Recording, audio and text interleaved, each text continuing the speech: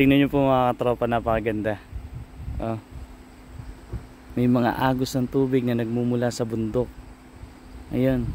Tingnan nyo, ang ganda. Tapos sa pagitan ng bundok, mayroong ilog sa gitna, sa baba.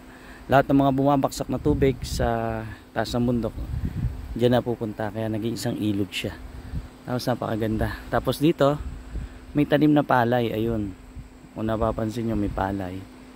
Tapos meron din falls.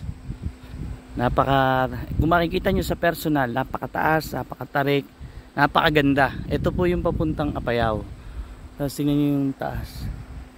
Ganda. Ito yung daanan.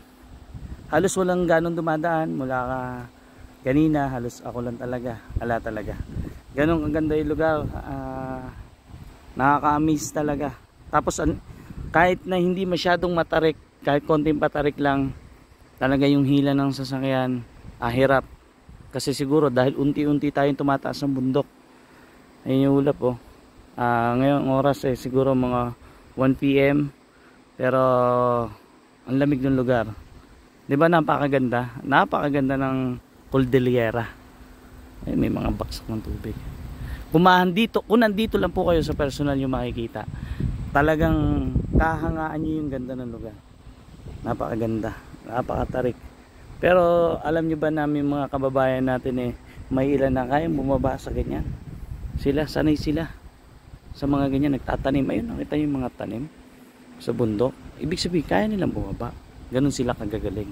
At dahil syempre siguro sanay na sila sa ganitong pamumuhay, kaya sanay na sanay sila. Pero kung tayo gagawa niyan, baka hindi natin kayanin. Dahil nakakalula, saka nakakatakot talaga.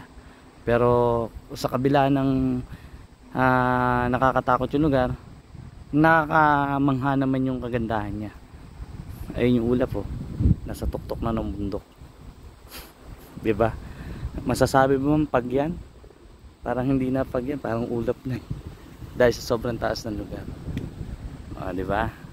Naipasyal ko na kayo, diba? Nakarating din kayo sa mga pinuntahan kong lugar na talagang masasabi mo na napakaganda ng Pilipinas. Ayun, may mga turista kamotor, siguro papunta sila rito, kaso malayo pa, andun pa, maya maya pa sila makarating. Ayun pa mga tropa, biyahin na ako papuntang Apayao dahil pupunta pa ako ng Benguet. Sinare ko lang uli yung mga nadaanan ko, yung mga nakita ko na talagang kahangaan mo, at alam ko naman na magugustuhan nyo dahil sa ganda ng lugar na talagang iilan lang ang nakakita. At ngayon syempre nailabas natin sa social media, mas marami makakakita ngayon. Diba napakaganda.